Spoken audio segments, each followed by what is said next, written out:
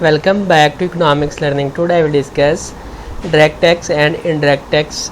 आज हमने indirect tax और इंडायरेक्ट टैक्स जो है ना इसके बीच में डिफरेंस जो है ना वो उसको देखना है क्या है पड़ा। तो फर्स्ट में हम देखेंगे डायरेक्ट टैक्स क्या होता है।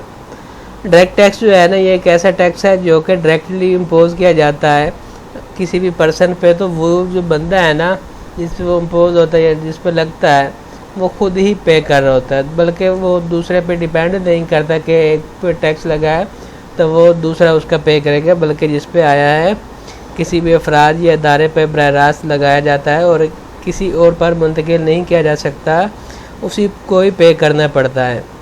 अगर दूसरे अल्फाजों में अगर हम देखते हैं तो टैक्स की जो अदायगी होती है ना कानूनी तौर पर ज़िम्मेदार शख्स जो होता है ना या कोई इदारा होता है वही अदा करता है जो टैक्स का माशी बोझ उठाता है।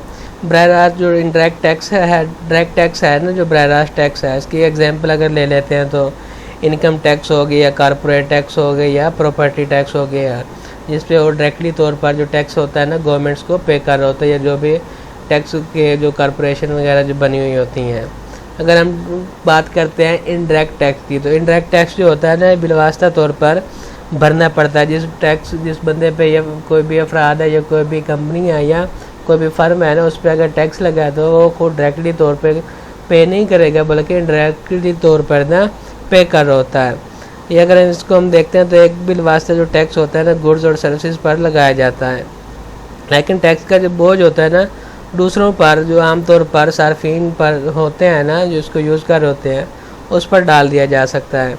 टैक्स जमा करने वाले जो होते हैं कोई भी इदारा या कोई भी पर्सन है पढ़ा, जैसे कोई कारोबार ऐसे गवर्नमेंट्स को भेजता है पड़ा। तो ये टैक्स की एग्जांपल अगर हम देखते हैं तो सेल्स टैक्स हो गया, वैल्यू एडेड टैक्स हो गया, एक्साइज टैक्स जो है ना ये शामिल है पड़े। सेल टैक्स जो हो गया मतलब जिस बंदे ने कोई भी चीज़ बनाई है उन्हें खुद तो भर दिया, लेकिन जो असल पेमेंट जो होता है ना एंड पे वो चीज़ जो परचेज कर रहा होगा कंज्यूमर जो होगा ना वो पे कर रहा होता है हकीकत में। तो ये इनके बीच में ना डिफरेंस हो गया।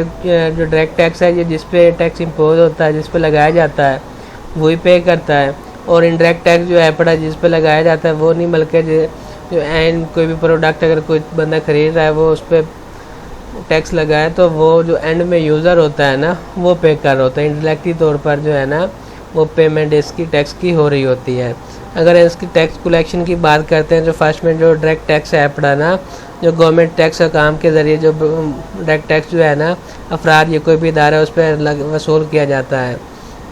जो टैक्स देने वाले होते हैं इनकी इनकम या कोई भी प्रॉफिट है या कोई भी प्रॉपर्टी है ना उसके असूल की बुनियाद पर जो गवर्नमेंट्स है ना अपनी टैक्स की जो जिम्मेदारियाँ हैं ना उसका हिसाब लगाते हैं और इनको अदा करना पड़ता है। इससे इनकार कोई भी नहीं कर सकता कि हमारी इनकम ये हुई है, ये लॉस हुआ है, ये फ़ायदा हुआ है, बल्कि डायरेक्टली तौर पर ना गवर्नमेंट्स को पे करना पड़ता है। सारे जो है ना चीज़ें उसके सामने होती हैं। जो इनडायरेक्ट टैक्स होता है ना इसमें कारोबारी इदारे या कोई भी होते हैं ना इसके ज़रिए से जमा किया जाता है। जब गुड्स और सर्विसेज के जो ख़रीदारी या कोई भी फ़रोख्त करती है ना परचेज़ हो रहा होता है तो इसके जो कारोबारी जमा शुदा जो टैक्स होते हैं ना गवर्नमेंट्स को भेज देते हैं, और जो कंज्यूमर होते हैं बिलाखिर जो टैक्स की कीमत जो बर्दाश्त करते हैं क्योंकि ये गुड्स और सर्विसेज की जो प्राइसेस होती हैं ना उसमें शामिल होता है। तो इंडायरेक्टली तौर पर जो है ना उस पर पे हो रहा होता है ये। तो इस तरह से ना गवर्नमेंट जो होती है ना वो टैक्स कलेक्शन कर रही होती है। तो ये था आज का हमारा लेसन। Thank you.